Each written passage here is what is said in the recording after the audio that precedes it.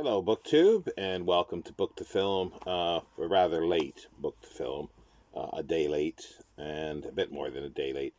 But this week is Hound of the Baskervilles, 1902. That's when the serialization began, and 1902, and by Sir Arthur Conan Doyle, and the film, this is a collection of the Basil Rathbone Sherlock Holmes films, all 14 of them. And this is the one I'm using. I wanted to include the Hammer with Peter Cushing, Sherlock Holmes, Out of the Baskervilles, but I didn't have time to rewatch that. So we'll concentrate mostly on the 20th Century Fox film. And as I say, this was written in 1902.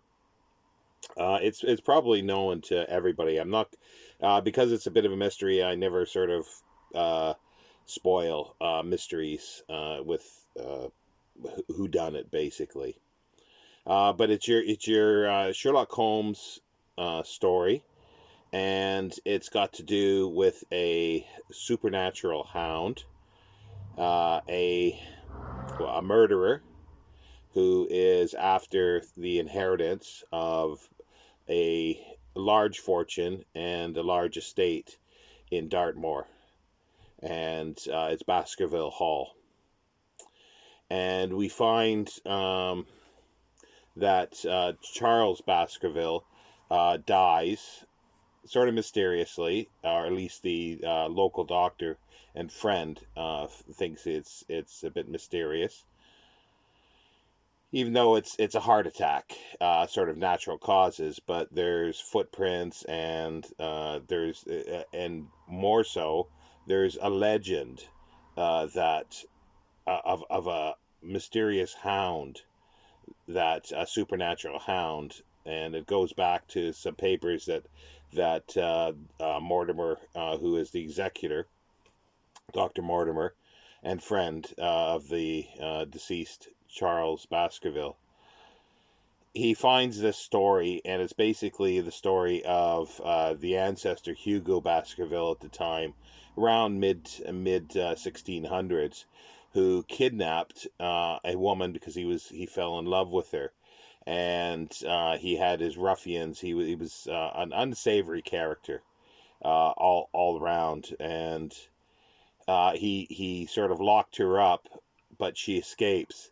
And in a drunken fit, he releases his dogs and chases. She's running off through the moor, and he chases her, and then his friends sort of catch up with him, and she had died, sort of a fright, and there was a massive hound standing over a Hugo Baskerville, ripping his throat out. And ever since then, it's the hound walks at night and howls at night, and or at least the legend goes. And the document is written sort of a few generations later, sort of getting down the story, and it ends with saying, like, no Baskerville should venture onto the moor after dark. So there's the question of inheritance at this point, and there is a Henry Baskerville who is a cousinish, sort of nephew cousinish of the Charles Baskerville, and he's been farming in Canada. So he comes back to England and inherits the title, the land, and a massive fortune. And he gets a warning that it's not safe for him, and don't go to the moor.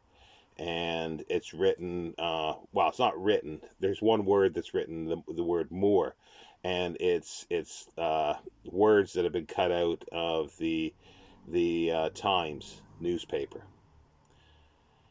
And there's an attempt on his life, and one of his boots disappear, and then reappears, and another boot disappears. So weird happenings. And Sherlock is brought into the case by Dr. Mortimer, and he says he has business to deal with in London, so he sends Watson down to with Henry Baskerville and Dr. Mortimer, and for Watson to keep an eye on and report back and have detailed reports. So it's a bit different than most Sherlock Holmes, or some of them. Is that Holmes doesn't even appear, and he's at the beginning, and then for the third of the story, he's not, and it's through letters and diary entries that Watson is dispatching back to Holmes. But unbeknownst to Watson, Holmes is on the scene.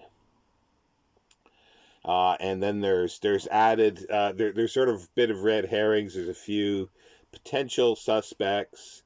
There's the old retainers, Barrymore and his wife, who are butler and cook maid. And her brother is an escaped convict who is living on the moors, and it gets a bit complicated there. Of Henry Baskerville sort of allows them to continue helping her brother and try to maybe get them out of England, gives him some clothes, which is his the death of the escaped criminal, because the boot that was stolen was the sniff. They get the scent for the Hound, and so the Hound knows and goes after the clothes that he's wearing. So there are other characters that are in there. There's a brother and sister that or they pretend to be brother and sister that are there. He's a naturalist. He collects butterflies. There is another gentleman that's quite eccentric. He digs up a bit of stuff around, and he's got a telescope that watches people on the moors. And then there's a woman that has been helped by the deceased Charles Baskerville, and all these things together, and it's quite a good story, because it's a gothic sort of horror story in many ways, because you've got this it's definitely sort of gothic-ish architecture for the building, and there's lots of fog on the moors, and there's a Gripen Mire, which is a made-up place, like where there's bog and quicksand throughout, and many people have died. Animals, horses, ponies get sort of sucked in there, and it's on Dartmoor, where there is a lot of Neolithic remains of tombs, as well as vestiges of, or what's left of, stone houses. It's all this put together, and there's the supernatural Hound that is described that has fire out of its mouth. There is the old house that's rickety and moldy in some ways. Old retainers that have been there for a long time. There's crying in the night. There's people walking around, or one person walking around trying to be silent at night, signaling out of a window. There's all these things going on, and it's very gothic in setting and look, but also because it's a huge hall. But there's this rot in it. There's a secret, and the secret is Hugo, the ancestor Hugo Baskerville, who kidnapped this woman and paid the price for doing this, and the curse that's on everything. And the penguin that I got here. I'm glad I got this penguin, and the reason why I got that because I did have the Wordsworth classics that has these sort of poorish examples of the original um, illustrations by Pageant, I think it was, in from The Strand. And the interesting thing, there's a connection between this book and The First Men in the Moon by H.G. Wells that I did last week. They both sort of appeared concurrently in the 1902, a few issues in 1902 of The Strand. So that's kind of neat. That I didn't realize that when I chose this. The reason for me choosing this is sort of do mysteries for the Mystery March Mystery March Madness. And the introduction, as I say, I'm glad I had the introduction. It's this version for the introduction, and it's edited with an introduction and notes by Christopher Fraley, who anything he does, I am interested in because he does vampires, ghosts, Sherlock Holmes, everything, and he goes in and he talks about how the novel was written, and he was. Doyle was speaking to a local landowner in Dartmoor, in Devonshire, Fletcher Robinson, and he told him about this tale of a sort of a dog, a black dog, and Doyle was interested in it, and sort of was going to, or there was talk of writing a story together, and it began to nothing to do with Sherlock Holmes. It was going to be like a bit of a horror story, a gothic horror story about this black dog, basically story, and that's a typical sort of folklore story throughout England, in different places, even when the dog isn't black. But it's called the Black Dog, and there's Black Dog inns, there's Black Dog pubs throughout England. So he goes into the excuse me, the story of it being written, and it's quite interesting because, as I say, he brings in finally Sherlock Holmes eventually, but he doesn't give any sort of credit to Charles Fletcher. Fletcher Robinson. Sorry. And then it was eventually published as serialized in the Strand. And yeah, it's just I just find it really like the introduction is really good. It's quite long. It's about 30 pages long, and he talks about other histories of Dartmoor and Sorfo,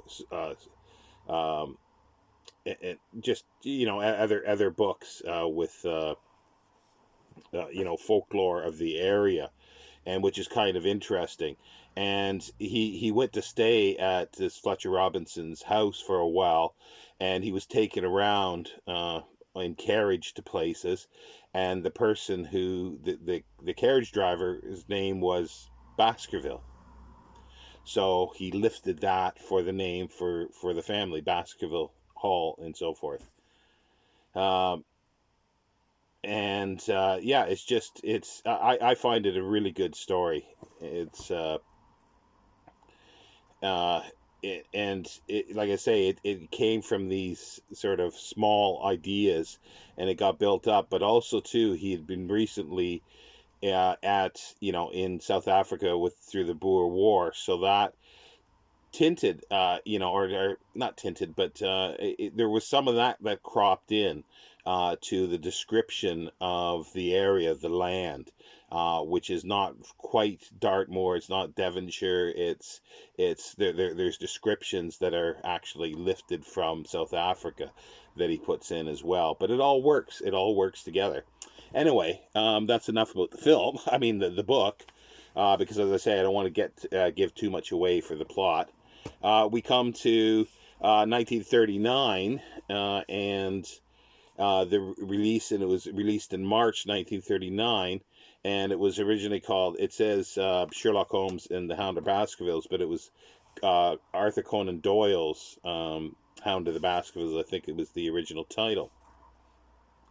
And they started filming it at Fox, and very late, like December 28th, I think it was, 1938.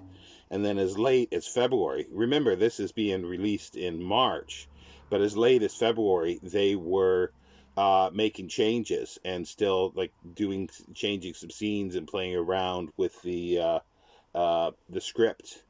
And it's a very short film. It's like an hour and 17 minutes long. It's even short for the time for a first run film. And it stars some great actors. However, this is being the first Basil Rathbone Sherlock Holmes, he didn't get star billing. Richard Green, who plays Henry Baskerville, gets star billing. And that's let me just see here. I'm at the wrong place. Let's see here. Richard Green plays Henry Baskerville, and the screenplay was written by Ernest Pascal, and the director was Sidney Landfield, who was sort of a workaday director, but beautiful scenes, and we'll get to those in a moment. But Basil Rathbone plays Sherlock Holmes. Dr. Watson is Nigel Bruce, and that's their first pairing. John Carradine is Berryman. They changed the name from Barrymore. There is the possibility that because John Barrymore and the Barrymore family was acting, and John Barrymore did a silent Sherlock Holmes, they decided to change it. And most of the people working on this were British actors, except John Carradine was American. And Wendy Berry was Miss Stapleton, Beryl Stapleton, the brother. And in the film, they made her actually the brother, and unknown. She everything that her brother was doing, Stapleton was doing, was unknown to her. And in the book, she is the one that sends this letter with the cutouts of the Times, warning Henry Baskerville to not come to Baskerville Hall, because she doesn't like what her it actually, in the book, they're not brother and sister, they're actually married. And but then in the film they have this letter, but it's never explained who sent this. It's dropped, and it's potentially the commentary is done by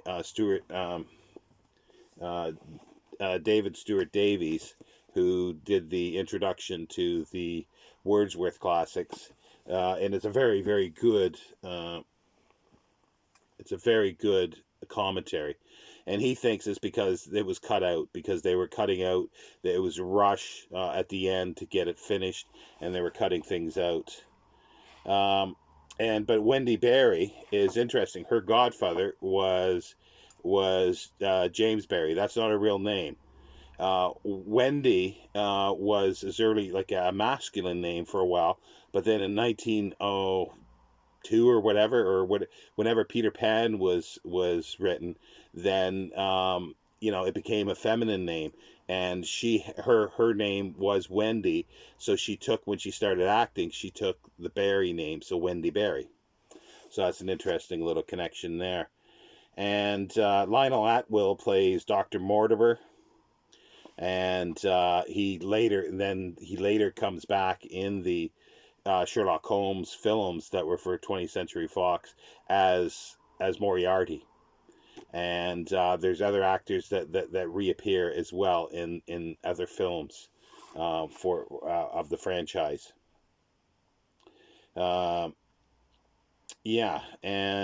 they created a new character, Mrs. Mortimer, and because they get a seance in. They which works. It works for the film because it gets the creepiness and the supernatural aspect of the film, where without that it would be lacking a little bit. But they get rid of a character who a woman who was befriended and helped financially by Charles Baskerville, who uh, Watson interviews, and then later uh, in the book, that is, and Holmes interviews, and he learns a lot of stuff, and you get to see how he pieces together what has happened, and who's guilty for this. However, in the film, none of that is there because she's not in there. There's no crying of Mrs. Berry man in the film. So you got all this, and you got the creepiness at night that's not there in the film. But the creepiness and the gothic sort of feel and the horror feel is the the moor that they created. It was in a sound stage, and it was a massive sound stage with rocks, like massive rocks, and stone buildings, or the remnants of Neolithic stone buildings, and smoke put through to stimulate fog. And there is a sort of story that Richard Green actually got lost on the set. It's been, I've seen describing 200 by 300 feet, but it looks fabulous with the shadows and the lighting on screen. Even in the daytime where there's no fog, it still looks impressive. The only thing is that because it is a soundstage, you hear the echoing of the voices and sounds that are in there. You actually hear, it's a fake setting, but that actually enhances the eeriness, the supernatural aspect to it. And I thoroughly like it, and it's never been replicated before or since for the Hound of the Baskervilles. They take away the supernatural look of the Hound, where it's a normal sort of large hound that just wants to eat because it's starving. Uh, it doesn't have the phosphorescence that in the book that's on there, and also Watson describes it as fire flames coming out of its mouth, but it's the phosphorescence that's on the fur, and none of that is there. They got rid of that because wouldn't have looked very good. In the Hammer one, they did something it looks really cheesy. They got children dressed up as Watson and Sherlock Holmes with a normal sized dog, and everything is sort of a bit larger, and it looks like children dressed up as Holmes and Watson. But yeah, they don't deal with that here. They streamline the whole story. There's stuff that's lifted out of the book, but they streamline it. They get rid of all the other subplots. They get rid of the fact that Stapleton is actually married to his so-called sister, and they create the love story between her and they're going to get married in the film. And Henry Baskerville, they create that, and you don't see the death of the person who is responsible for all this in the film. You just think that he's going to be captured or something's going to happen, and it just ends there. But the very last line of the film is fabulous. It's uh, Holmes is leaving the room after telling what's happened, and he never says how he got all this information at all, but that doesn't really matter too much. And then he says, "Oh, I'm going to go to bed," and he goes, "Watson, the needle." So it's that was something that was very controversial, and until the late '60s or '70s, UK prints, when it was played, they they bleeped that, or they made it silent then, so because it was too salacious, it was too over the top to have that. But that's in the original film, and it's not blotted out, it's not bleeped in the DVD set that I've got. There's an oddity to this film because there's no music hardly at all. It's like when they show the moor scenes, it's completely silent other than, sounds, ambient sounds and night sounds. There's no music, and which was very odd. And David Stewart Davies figures, like in the commentary, he says it was probably because they were rushed at the end to get this out, and they were very pleased. Fox was very pleased that it worked, and then within months they were making this second one, Adventure. I think it's Adventures of Sherlock Holmes. Yeah, the Adventures of Sherlock Holmes. They were within months making that, and it just went on. And there was 14 films filmed, not by Fox. Fox gave it up, and then later, Universal took it up. But then they modernized it. They put in modern times, Second World War, and that type of thing, which they're still fun. And this is my first exposure to Sherlock Holmes, and I think a lot of people my age definitely was this. And he was always my Sherlock Holmes, and I still have a soft spot for Basil Rathbone. However, since the Granada TV series in the 80s with I knew his name just keeps escaping me. And in the 80s, the Sherlock Holmes that was there, everybody knows the name, and it just escapes me for some reason all the time, his name.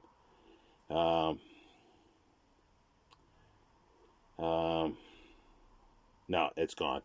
But anyway, it's these ones with Nigel Bruce. Even though Nigel Bruce, they make him a bit of a buffoon, but it's interesting in this one, when Holmes isn't around, he is very much like, in some ways, he's responsible, and he's not bubbling or burbling as he is with Holmes around, and he's very much like the Watson in the book, except when then all of a sudden Holmes comes, he's back to his normal character, and that's the way he played it all the way through.